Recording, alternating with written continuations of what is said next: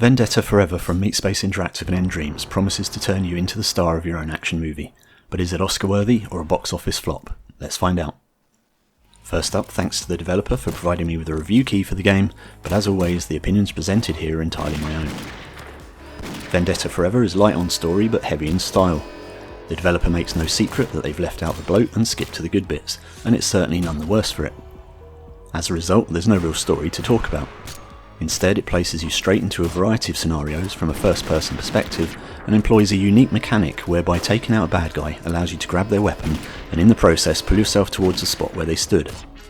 Repeatedly doing this allows you to navigate from the beginning to the end of a level, which is sometimes a straightforward A to B and other times offers up multiple routes. It's a simple premise, but repeating this process and chaining together a whole sequence of moves feels awesome and really does make you feel like a regular John Wick. It starts off simple, but as you progress through the levels it almost becomes like a game of chess, and you'll find yourself having to play a bit more strategically to plot the best path to the exit. Make a wrong choice and you may find yourself stuck with no more bad guys to kill, effectively stranding you and meaning you'll need to restart the level. To help with this, you also have the options to move back and forwards through your previous points in the level, which sometimes allows you to find a missed enemy or alternative route, and in turn provides another chance at getting to the exit. The game includes 60 levels with a great variety of scenarios and many recognisable nods to classic action movie set pieces and tropes.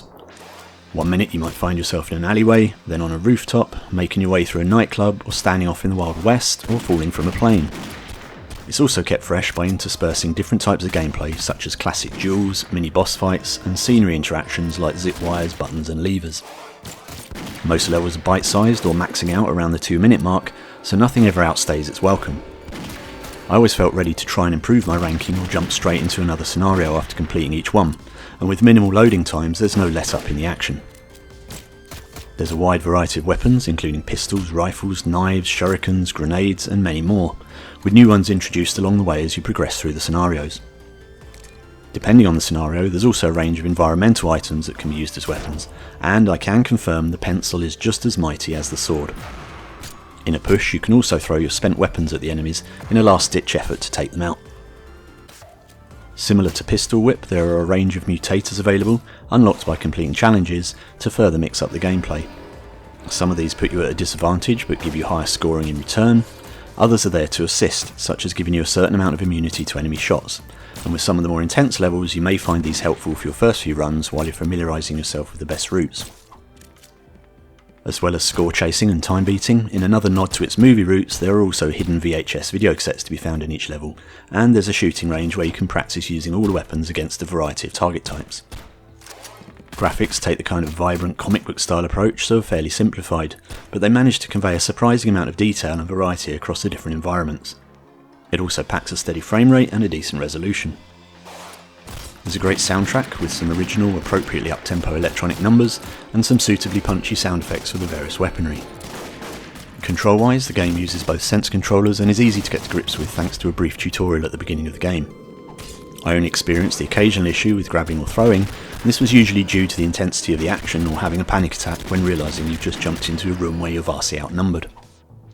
There's good use of haptics in the controllers with specific feedback for the different weapons. Although it could be played seated, I'd say this game is best played standing, as although you're moving from point to point and click turning, you'll also find yourself ducking and dodging bullets almost constantly. Comfort shouldn't be a problem as it's mostly stepped movement with head turning and click turning to look around. The settings offer a wide range of gameplay and comfort options, including grip angles, turning styles and vignette strength, so you can tweak the game to your personal preferences. Due to the non-linear and replayable nature of the game, the amount of hours you get out of this could be limitless, but it's going to take you at least a couple of hours just to sample all the scenarios. For the trophy hunters, there are 59 trophies to collect, including a platinum for completing everything. Advance warning that some of those trophies are pretty challenging, like having to complete all levels on insane difficulty, so good luck with that. I really enjoyed Vendetta Forever and can see myself returning to it regularly to try and beat all the scenarios and improve my times. The core mechanic is implemented well, and the game absolutely succeeds in providing a streamlined action movie power fantasy.